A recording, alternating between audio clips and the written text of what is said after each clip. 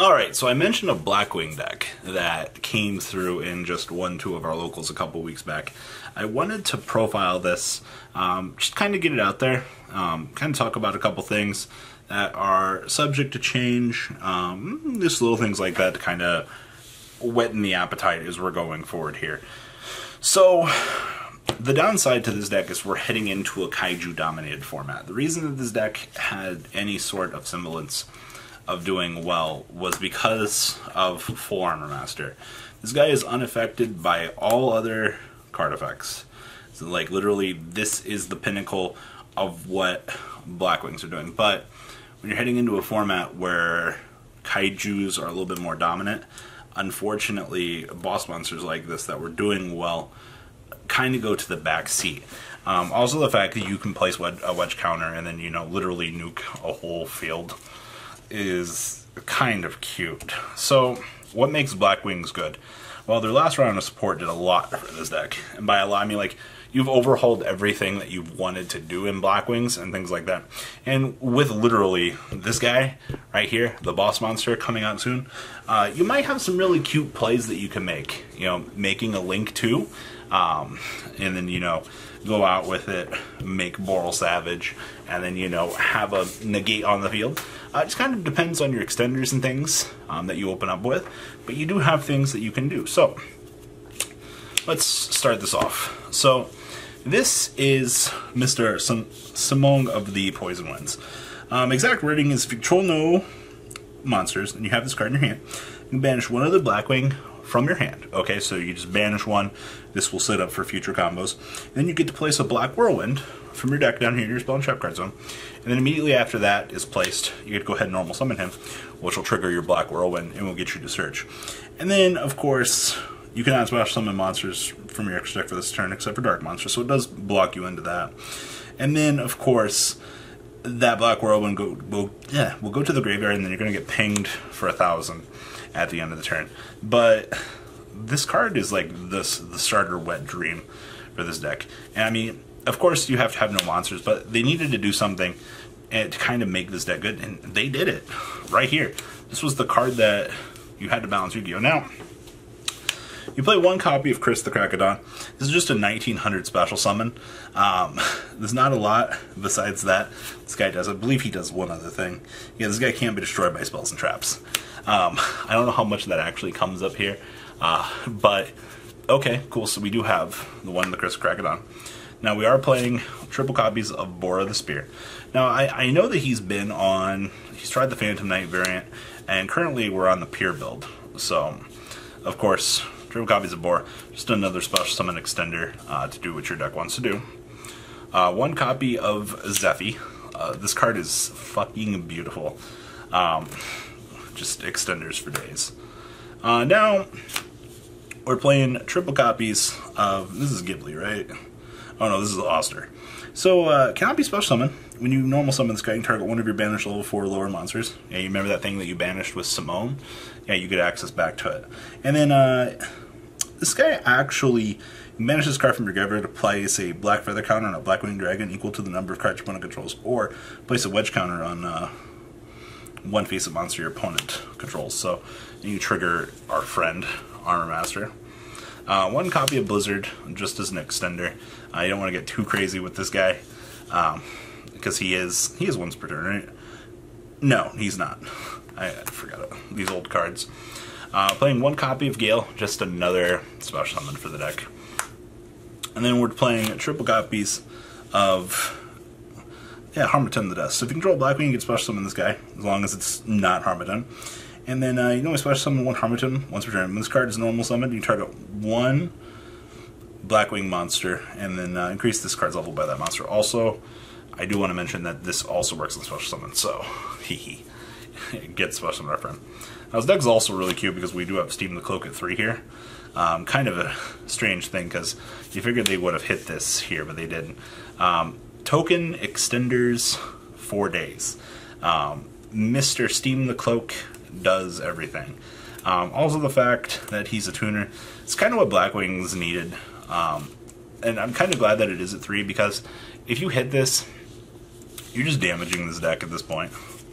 Now, we also play one copy of Orochi the Squall. I believe this is just another special summon extender. Yeah, if this card's in the graveyard, target a single monster and target one monster and fail to change the battle positions. Yeah, just another Blackwing extender. Now, we do play triple copies of Ye Olde Ash Blossom. It's like, you really need them? Yeah, you do. Since you are a dark base deck, you do get access to 2 kaijus, both of which are dark. This does support your Allure of Darkness engine, so do keep that in mind for that. Now, you do play triple copies of Black World. You have absolutely no reason not to be abusing these. I do think that this is probably the best card in the deck. Literally every normal summon that you get access to will float into another bird, which will further combo extend you into more plays. I think the best board I've seen this deck do is a Wee Witch's Apprentice and double 4 Armor Master, which, I mean, decks do have issues with that. So, yeah, triple Whirlwind. Now, we do have triple copies of Allure of Darkness. You are a dark base deck. You do want to draw.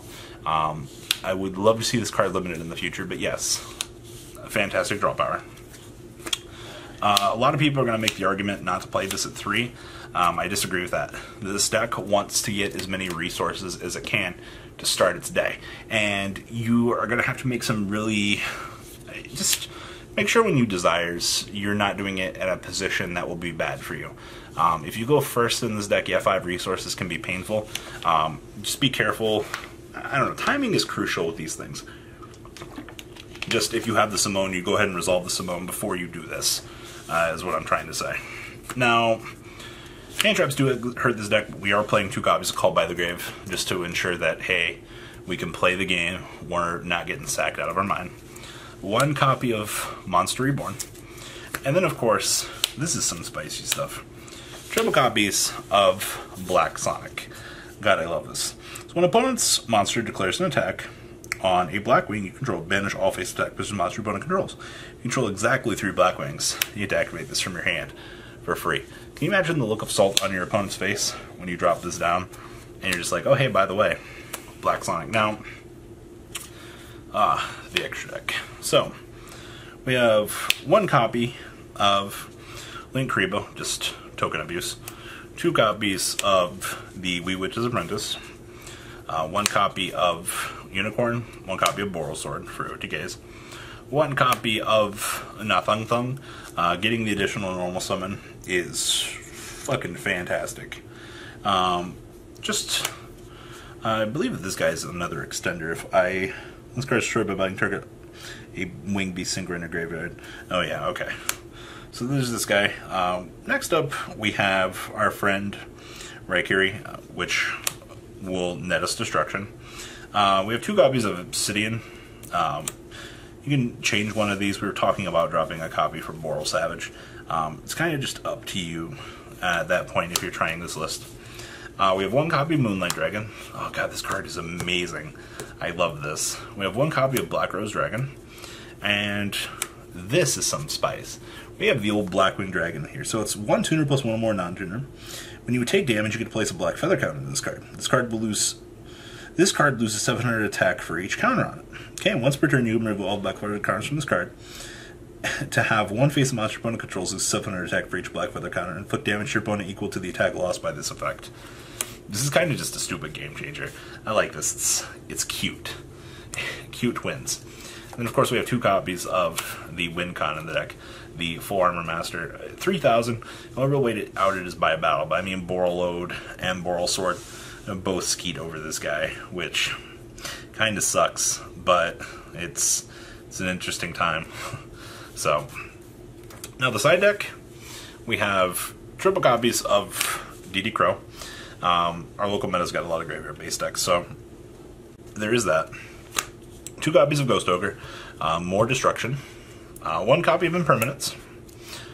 1 copy of Imperial Order, just to kind of make sure, you know, once you do things, you can flip this and have it be a win con. We have 2 copies of Solemn Strike, just for more key plays. 2 copies of Rivalry of Warlords, Floodgating is good. 1 copy of Evenly Matched. 1 copy of Red Reboot.